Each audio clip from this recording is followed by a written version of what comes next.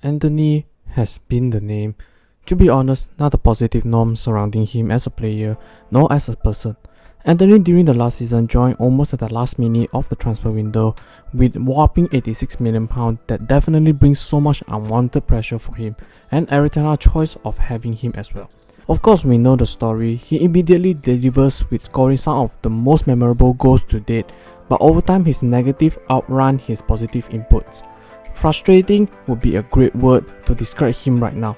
Also, the off-pitch allegation would not help his profile, even worse affect Man Utd public image as well. After more than one season in the Red Devil shirt, brought us to question to be asked. Should Antony time to be sold as he was linked with a swap deal with another Brazilian player of Gabriel Barbosa, whereby we'll look into him. In this video, we'll be discuss the ugly side of Antony brought to Man Utd and should he be letting go coming the transfer window, plus will Barbosa a great signing for Man Utd.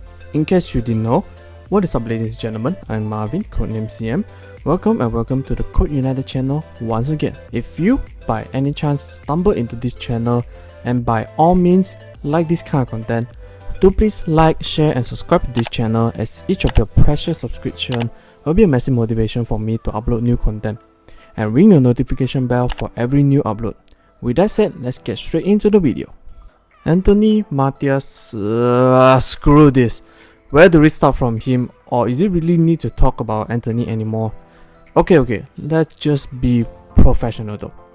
Antony coming into this season would not meet close to anything near cheering, name chanting or embracing him as a player. No. In fact, it's way opposite. Antony was showered with all kinds of negative words associated with him. In simple, Antony on the pitch had been a source of one-man army to piss off all Man Utd fans. Also, his off-pitch allegation really put another layer of embarrassment for him to bear. Let's focus on the on-pitch attribute though. One-footed was the most mentioned. Scratch that, a tag as big as the tattoo on Antony that was unable to mask by his other tattoo. His heavy reliance on his left foot had been on both a bless and a curse for the Brazilian. Basically, just put it purely as a curse. Another thing is lack of all the avoidance when it comes to physical battle. Standing only 5'7", 5'8", weighing at 64 kilograms, making a lightweight winger that in so much many matches got easily outmuscled by defender. Even worse, his bread and butter dribbling that should have bring dazzles to fans were more of a showing rather than actual implementation. What the hell? His match against Fulham probably sums it up very well. Oh my god, I did not like these numbers. His attempt for dribble, guess what? He only succeeded one of them. One success dribbling for a winger known or brought in for that department. Dreadful might be a kind word right now.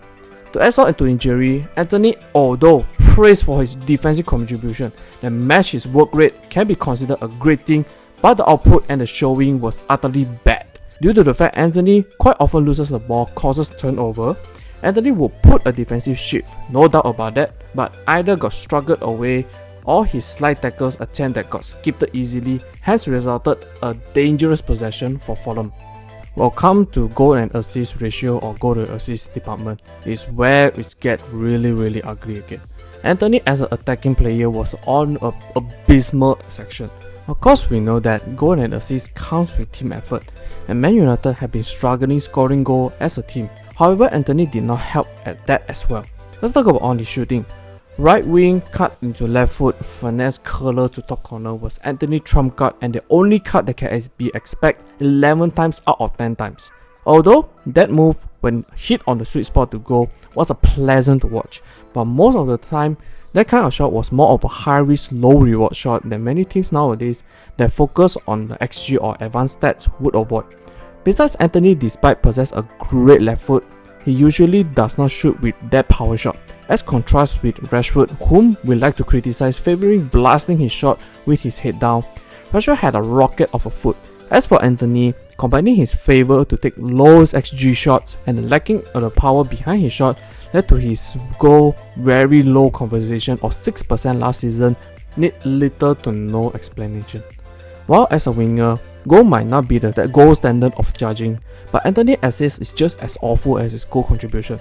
Mentioned previously, Antony's one-footness made him super predictable to contain, as he would roam around the 45-degree area as shown on this heat map and very seldom drive to the byline. Even worse, he also rarely crossed into the penalty box, with his 0.1 crosses into the penalty box had him sit at only 26th percentile based on the FB report. The purpose of a crossing or attacking byline for a low cross or high cross, whatever is it, is to create a chaos within the box that, although not good but decent enough to create scoring chance. However, for whatever reason, Antony do not or have a confident issue to even attempting that. So that brought us to the almighty question: is Antony time for Man United up and need to move on? Let's get to the conclusion. Drum roll please.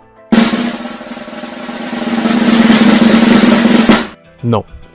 Wait. Before you switch to another video or type in any comment, hear me out. Antony, despite with all his negative trait and my ranting for him, we need to consider that what he brings on the positive side. Antony underrated ball retention, especially back against a player and spun on a half turn, really is a great tool or a great outlet. As during the latter part of last season, Antony was on form. He was the main outsource, playing out from the back, and when receive a pass, he uses his low center of gravity, dribble out or spun out his opponent. Other than that, Antony, although lacked the physicality to take on any aggressive defender, his pacey feet really work under a counter-heavy playstyle. Last season when playing against Everton, Antony found himself numerous times almost a 1v1 with Pickford after received the ball over the top, but his poor finishing fails to have him on the score sheet. Lastly, Man United was more rigid structure that played more counter-attacking football, but this season, Man United was way worse. As a whole club, due to the sale on the air and a locker room issue, Man United playstyle had been a mix of half possession, half counter-attacking, identity confusion.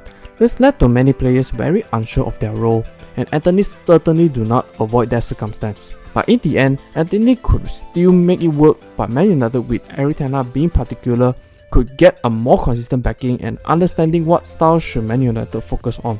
Furthermore, another major factor for me to say no is because Jadon Sancho fallout with Erik ten Hag and had confirmed to leave on January transfer window basically sealed that Antony would not be leaving Man United, as the winger spot would lack of first team caliber or much experience, being that other right wing option is Facundo Pellistri or Amad Diallo. Oh my god, what was the option? And by the way, don't bring up Mount or Bruno on the right wing gimmick. Those have to stop at all costs. As for Gabriel Barbosa, or known for his nickname Gabicolo, would be a quick one. Barbosa, born on 30th August 1996, made him 27 years old this year, playing for Flamengo as a striker.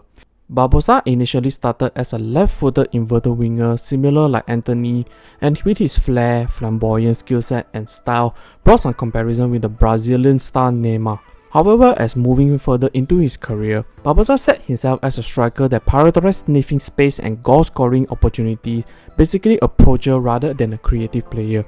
Besides, his improved physicality helped him deal with aerial duels and hold in dangerous scoring position. But the downside for Barbosa was, Barbosa basically thrived on his own league, and he did have some Europe experience with Benfica and Inter Milan that ended up as a massive failure, where he only appeared a handful and scored peanuts for them. Hence, he might not be able to cope with a competitive league. The other thing for Barbosa was, although no question to be asked on his work ethic for self-improving, as an improvement on his body fitness is a great evidence, but his attitude does not favour himself and the team, and was held as a very selfish and controversial figure, whereby it will be the last thing Man United really need. In short, for Antony, with all his negative antics and on-pitch performance, I would say they are still a player but might need serious patience, including the rebuild that Erik ten Hag currently undergoing. As for the swap deal between Antony and Gabriel Barbosa, would be a big no-no, as Man United right now really need a long-term plan for each step calculated carefully rather than just throw in whatever sticks and hope for the best. As for right now, with Sir Jim gradually move in for Man United, we might see a whole new start and really hope to be a positive one. I'm really on my knees right now. That's the end of the video. What do you guys think? Do you see Antony to be sold or should be sold in the coming transfer window? Comment down below so that we can have a discussion. Hope you all enjoyed this video. I will see you all in the next one.